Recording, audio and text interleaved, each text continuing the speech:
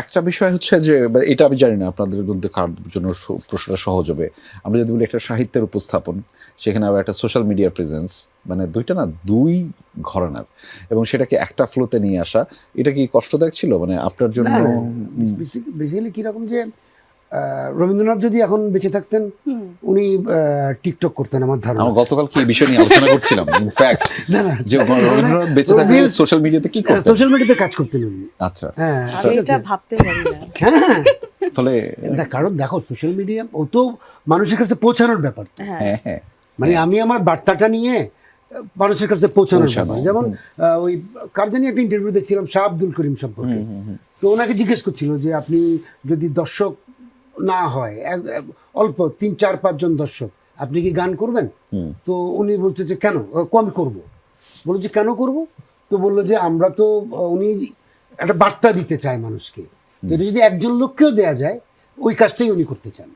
আচ্ছা, তো সাহিত্য এবং সোশ্যাল মিডিয়ার সোশ্যাল মিডিয়া মেলবন্ধনটা লিটারেচার এখন তো উপন্যাস লিখছে একজন, হ্যাঁ ও আবার একটা এজেন্সিতে কাজ করছে, কাজ করে ওখানে আবার ও একটা গানের ও মিউজিক ভিডিও বানাচ্ছে।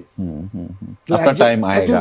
উপন্যাসিক তো মিউজিক ভিডিও ও আবার নিজে বানাচ্ছে না, তত্ত্বাবধান করছে অন্য একজন কন্টেন্ট ক্রিয়েটর হয়ে গেছে। Content creator. আমরা পোস্ট করে দিচ্ছি ইউটিউবে নিজের চ্যানেলে। Practically we are living this actually, যে Right, আমরা it একই is. সাথে এত কিছু করি। শিল্প সাহিত্য যেটা বললো, শিল্প সাহিত্য বলে একটা ভারী ব্যাপার রয়েছে, তো আমরা ওই শিল্প সাহিত্যটাও করছি, কিন্তু সারাদিন তো ফোনটা হাতে নিয়েই করতেছি, তো ন্যাচারালি এটা তো আমাদের পার্ট অফ লাইফ। আগে যেভাবে আমরা পার্সোনালিটিকে চিন্তা করতাম যে লেখিকা হবে, লেখক হবে, বোধহয় ঝোলা টোলা নিয়ে পাঞ্জাবি একটা সুতির শাড়ি পরিয়ে বোধহয় এরকম একটা হবে। এখন আর নাই, এখন তো সব লেখক না, এই যে আমি হ্যাঁ, লেখক এখন তো আসছি, এখন তো লেখকরা ফোনেই লেখেন। হ্যাঁ ফোনে লেখে আমরা কমেন্ট করে দিই ভালো লাগলো না তোমার লেখা, রবীন্দ্রনাথ থাকলে নিশ্চয়ই ফোনে লিখতেন বা ল্যাপটপে লিখতেন। ফাস্টার লিখতেন। ভাই এখনো লেখে না ফোনে ল্যাপটপে, ভাই এখনো হাতে হাতে লিখে লিখে। কিন্তু।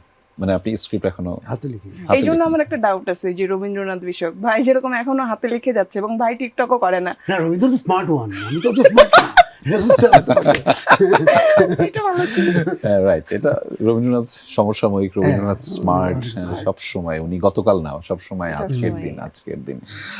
একটা বিষয় যে একটা মজার প্রশ্ন, মানে আপনি লেখার পরে এটা বুঝে সবাই? আমার হাতের লেখা যারা হ্যাঁ, প্রথম টাইপ করতে আসে 1-2 দিন লাগে ওর এটা বুঝতে, যে আচ্ছা মানে 1-2 দিন, মানে 1-2 দিন লাগে। কিছু ট্রান্সলেট করতে হয় কি এরকম কিছু? মানে ডাক্তারের না আমার যেমন হয় যে আমার নিজের হাতের লেখা মাঝে মধ্যে অন্যকে বোঝানোর জন্য ট্রান্সলেট করতে হয়, তো আপনার এটা হয় কিনা? এইটা আসলে আমার যেমন টাইপ করে যারা, যেমন আমার বুঝে ছেলেরা যায়। করে, এক ছেলে বড় ছেলে করে মাঝে মধ্যে, হুম, অথবা শিপ্রা একসময় করতো, এখন জুথি করে। তো এইটা ওকে জিজ্ঞেস করলে আমার ধারণা সুবিধা। শিপ্রা? প্র্যাকটিক্যাল এক্সপিরিয়েন্স থেকে বলছি, ভাইয়ের হাতের লেখা অনেক ক্লিন, ও আমার বুঝতে অসুবিধা হয় নাই, মানে আমার প্রথম 2-1 দিন সময় লাগে না, আমি দেখলেই বুঝতে পারি আর কি। কাটাকুটি করতে আমিও দেখি। আর আমার ধারণা যে ভাই তো ফ্রিকুয়েন্টলি লেখে, ভাইয়ের কিন্তু একদিনে আচ্ছা, প্রচুর হ্যাঁ। লেখে উনি, মানে একদিনে কত 10 পাতার বেশি না। 10 পেজ এরকম, তো যেটা হচ্ছে যে একটা সূত্র আছে যে কোনো কিছুর পিছনে আপনি 10,000 ঘন্টা ব্যয় করেন তাহলে আপনি অটোমেটিক্যালি ওইটাতে প্রো হয়ে যাবেন। তো ভাই এখন প্রো, তো ন্যাচারালি যেহেতু উনি কন্টিনিউয়াসলি লিখেন, ওই জন্য ওনার হাতের লেখাও ভালো হয়ে গেছে, তো মানে ওই রকম দুশ্চরিত্র হাতের লেখা না যেটা দেখলে বোঝা যায় না। না এটা নিয়ে লাইভের একটা খুব গল্প আছে, গল্পটা বলে তারপরে শেষ করেছি। আমাদের একটা পর্ব ছিল তোমাকে জানাতে, তো সব অতিথিরা এসে, আমি কাউকে ছোট করছি না, নামও বলছি না, তো অতিথিরা এসে লিখতেন, লেখার পরে আমার দায়িত্ব ছিল হচ্ছে যে ওই চিঠিটা পড়া আর কি। হ্যাঁ, তো এটা তো লাইভ চলে, তো প্রথম ধাপে আমরা এটা করার পরে পরবর্তীতে প্রথম একটা চিঠি পড়ার পরে এখন আমি তো লাইভ, আমাকে তো পড়তে হবে। সমস্যা হচ্ছে যে পড়ার পর তো আমি লাইনটা কোনোভাবেই বুঝতেছি না, এখন আমি যে বুঝতে পারছি না এটা তো লাইভে আমি তাকে বলতেও পারছি না যেটা কি লিখেছেন।